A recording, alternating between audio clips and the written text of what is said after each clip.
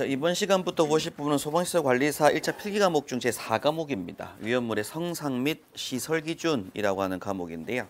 그러니까 4과목이다 보니까 이제 76번부터 100번까지 25문항 출제가 되는데, 성상 문제가 일반적으로 보통 한 13문항 정도, 시설 기준 문제가 12문항 정도로 해서 25문항이 구성되는 부분입니다. 사실 뭐 소방 분야긴 하지만 위험물이 소방에 빠지지 않는 분야다 보니까 사실 필기시험에서는 좀 중요한 과목이고요. 이 과목을 보통 출제하는 출제위원분이 3분이 돼요. 과목당 출제위원 3분이 선정이 될 때 보통 위험물 기능장, 위험물 산업기사 출제위원 되신 분들이 보통 위촉이 많이 됩니다. 사실 출제됐던 문제들을 보게 되면 기능장하고 산업기사에 있는 기출문제들이 좀 많아요.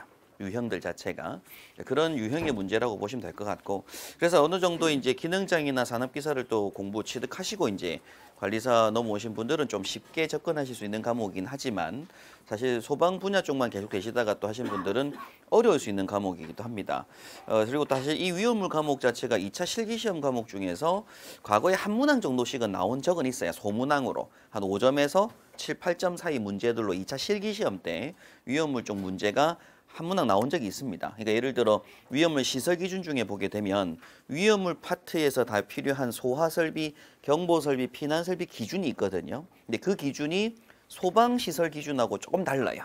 방사압도 틀리고 수치가 조금씩 틀립니다. 근데 그게 한 문제 정도 나온 적이 있긴 한데 거의 평균적으로는 출제가 안 되었던 분야긴 합니다. 그래서 사실은 필기 위주로 공부 진행을 좀 하실 거란 말씀드리고요. 그래서 어느 정도 필기 합격권 점수를 맞출 수 있을 정도의 그런 파트로 공부 진행하실 부분으로 보시면 될 것 같습니다.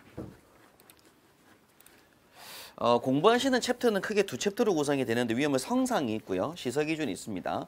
성상은 1장이 총설, 위험물의 종류 및 정의에 대해서 공부하고, 2장부터 7장까지는 그냥 1류부터 6류까지 공부하시는 거고요. 1류 위험물 안에 보면 또 종류들이 있다 보니까 그 종류들별로의 또 성상이나 특징 문제가 시험에 출제가 되거든요. 그런 부분 순서대로 공부하시게 될 겁니다. 그리고 챕터 2장은 이제 위험물 시설 기준이라고 해서 제조소, 저장소, 취급소 관련된 설치 기준인 거죠. 그래서 이제 제조소 기준, 옥내 저장소, 저장소 8가지, 그리고 취급소 4가지. 그래서 취급소는 뭐 주유 취급소, 판매 취급소, 이송 취급소, 그리고 이제 일반 취급소는 저희가 이제 교재 없는데 그건 저희가 이제 프린트로 해서 수업 진행하게 될 거고요.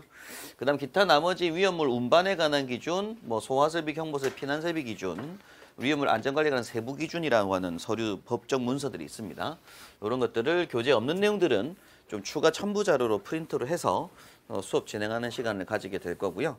총 25문항, 성상 13문항, 시설 12문항 될 겁니다.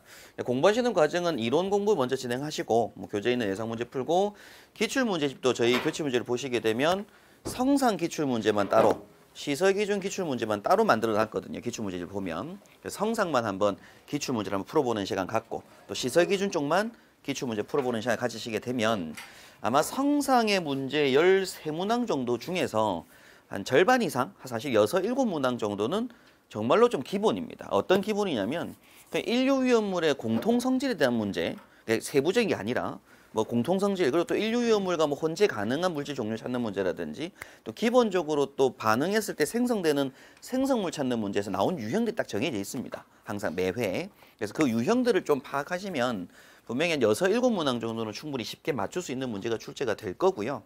시설 기준도 사실 암기 과목이잖아요. 시설 기준은 암기 과목입니다. 설치 기준을 외우시는 건데, 또 이제 가장 중요한 요소들은 꼭 필수적으로 내는, 반복적으로 내는 문제들이 항상 있거든요. 기출에 보면 그런 문제들 봐도 한 6문항 정도 나옵니다. 그래서 절반 정도는 기본적으로 한 50점 정도의 점수 때는 기본적으로 좀 맞출 수 있을 만큼의 문제들 출제가 매회 됐었어요.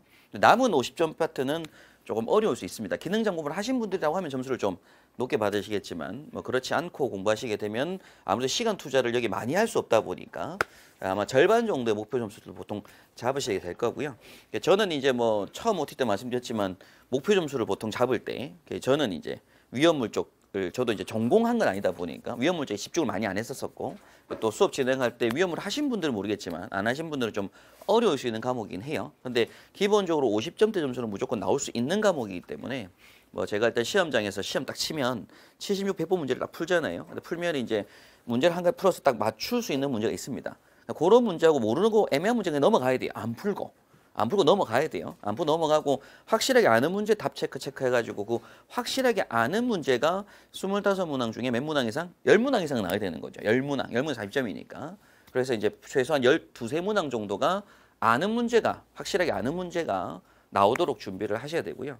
남은 부분들은 나중에 뭐 12세문 확실히 맞으면 남은 부분들은 기본적으로 뭐 번호 한 개로 쭉 멀어도 된다고 제가 OT 때 한번 말씀드리잖아요. 앞부분 할 때. 그래서 기본적으로 목표 점수가 한 60점 정도, 뭐 40점 이상입니다. 무조건 60점 정도에서 왔다 갔다 하는 이런 점수대가 나오는 게 일반적인 공부 방법이다라는 말씀을 드려요. 근데 아무래도 위험물 쪽 공부를 하신 분들이라고 하면 한 80점 정도까지의 점수가 나올 수 있는 과목입니다. 왜냐하면 기능장 필기시험이나 산업회사 필기시험 과목 수준이니까 그 내용으로 한번 정리하시면 될 것 같아요.